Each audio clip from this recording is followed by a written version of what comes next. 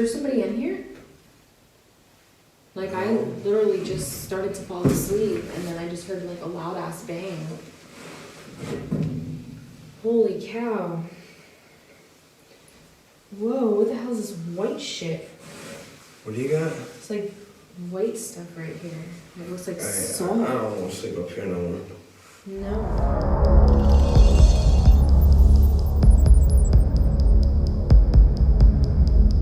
There, behind that tree.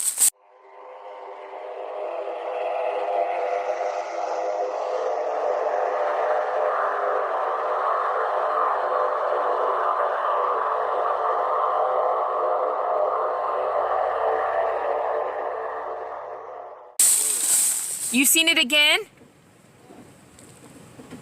Okay, so there's definitely something here. Like, yeah, there is. This is not. Oh my gosh. Where? I watch your video. Holy Oh my god, Mom. Is that a person? Like turned into a bat or something. What? Flew in the trees. That is what happened the night that me. Oh my god, I cannot get out of here.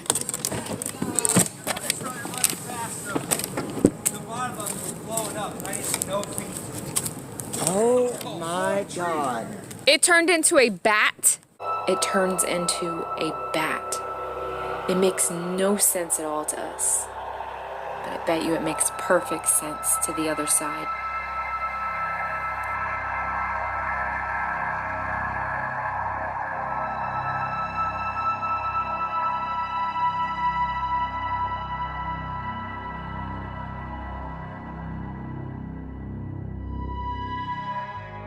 My friends and I take you out to an old cemetery dated back to the 1800s. This cemetery is located in the Withlacoochee State Forest. Most of these headstones out here don't have dates on them, so we can't really make out what they are. But for the ones that do so far, we've seen some that were like in the 1800s, early 1900s. So I'm gonna pick one of these grave sites and do some EVPs here in a bit. I do feel like it is more active whenever they are older because they have so much more to say because they're a very old soul and they've been here for a long time and maybe their loved ones have passed on and don't come to visit them anymore. So I think it's really cool to speak with them when we come to the older ones. And you guys will see that in our EVPs, how much clearer they are when we come to the older grave sites. What color is my shirt? Green. Oh my god! Yes! I just said, what color shirt is it? And I said green. I get so excited. No, I said, what color shirt do I have on? I said green. So freaking clear. Wow, thank you. What color shirt does Clay have on?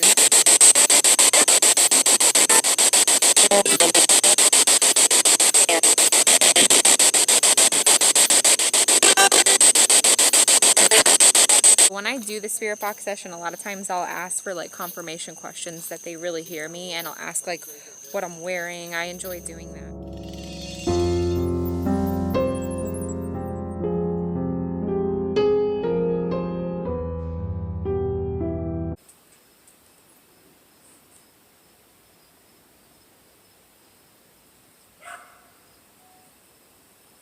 Can you make yourself visible or do something in the room?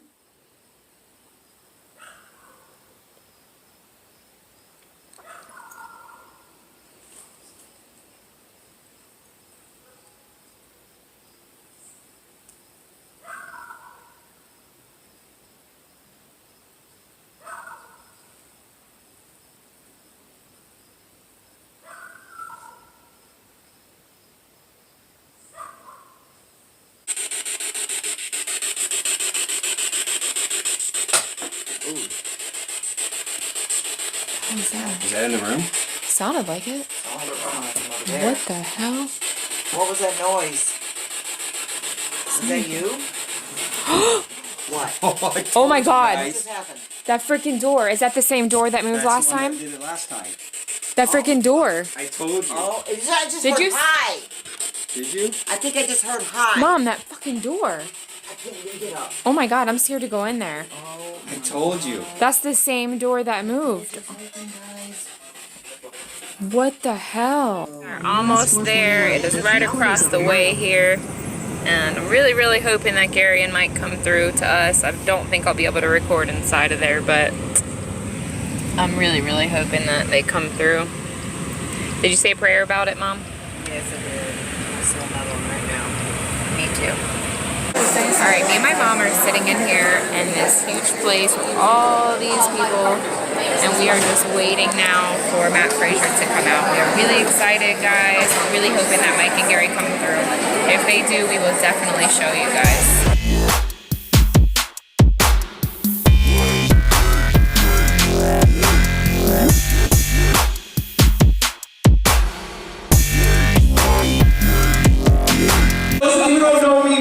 Matt Fraser, and I am a psychic medium. And basically the gift of psychic ability has run in my family from generation to generation. It started with my grandmother who had this gift, who passed it on to my mom, and then in turn passed it on to me. But you gotta remember that back in the day, back in the 50s, 60s, 70s, people didn't talk about things like that. Nobody went around and said, hey, guess what, I can speak to the dead. Did I scare you? It was, I get it, it was something that was kept very close to home, just for close friends and family members, and it was actually kept so secret that my grandfather had no friggin' clue that my grandmother even did this. And I used to ask him all the time, I used to be like, Poppy, do you remember Grandma reading people and speaking to the dead and connecting to the other side? And my grandfather used to look at me and say, oh no, that's bullshit. Your grandmother never did that. She never connected with those who had died or spoke to the other side. Did your husband depart? He's also here. Because when I was over here talking to her, it's like he pulled me over and he's like, that's my wife. And by the way, let me tell you something. He is not shy like whatsoever when I'm connecting with him. Because he says to me, oh my God, he says, I can't believe my wife is here. Oh, did you lose the child here as well? Okay, so know that they're all here because he said, there's so many, like, I feel like when I'm connecting with you, I feel like there's a Congo line full of dead people that's behind you. Because there's so many people who had died and so many people that are connected with you. But your husband, when I'm connecting with him, it's crazy because I wouldn't even know if he's like your husband or your brother because he was like your best friend during this world. He's like, we did everything with one another and you loved music together because he talks about like going to concerts, like going to see bands. He says like we were like hippies, like that or like rock stars that like never grew up. Do you understand that? Because he's acknowledging that. He died last year. How crazy. Your husband is going to pass a year. Your husband just passed last year. There are no coincidences.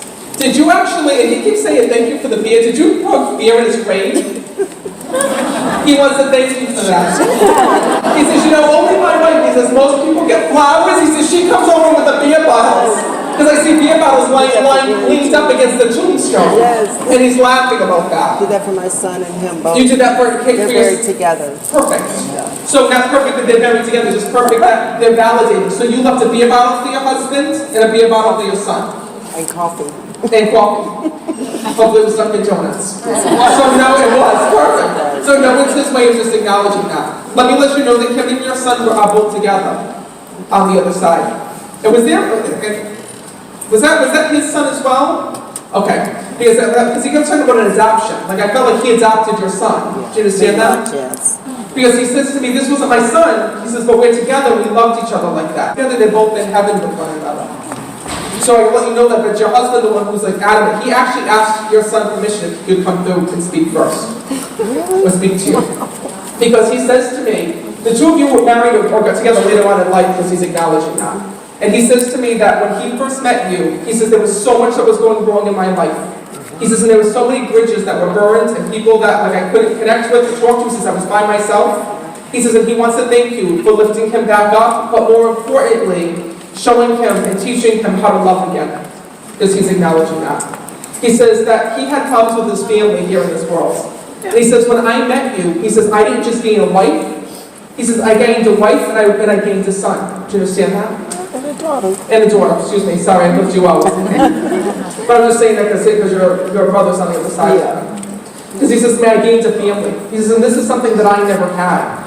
He says, and I so enjoy the time that we spent with one another. He says, and he talks about the car trips like that we used to go on with one another. He says, and be with one another. More importantly, he's a part of your life.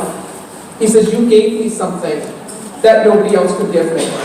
And more importantly, that he's sorry about the way that he had passed. Because he tells me that he never took care of himself here in the physical world. Like when I connect with him, because he's banging his belly on the other side, and he's like, look, he's like, I got my belly back. He used to do that all the time. He used to bang his belly like this. When she was When pregnant. I was pregnant, we have pictures of my stomach with him, like, Shut the hell up! I swear to God. So you opened up your Yes. dress. Yeah. So you had stomach competitions. Yeah, Yes. we did. I had pictures of his belly with my belly. I've never in my life, and you know, you never know what you're gonna walk into. I've never in my life had someone have a pregnancy shoot with their stepfather. They would measure, and he would say, see, mine's bigger still. Because he's laughing and listen, they come with their personality. Like for him hitting his stomach on the other side, it's his way of showing you that. And letting you know that not much has He did changed. that all the time. He would always stick it out and cut it. Oh, I know. And he says to me that was one of the issues of what had happened. So did he have an issue, an infection before he had died? We're not really sure. I'm going to tell you because a lot of this, when I'm connecting with him, I feel like my stomach blew up even further when he got sick or when he was dying. And I feel like there was excess fluid, like I keep feeling fluid builds up, and I feel like all fluid in my body, and then I die. And that's what I'm connecting.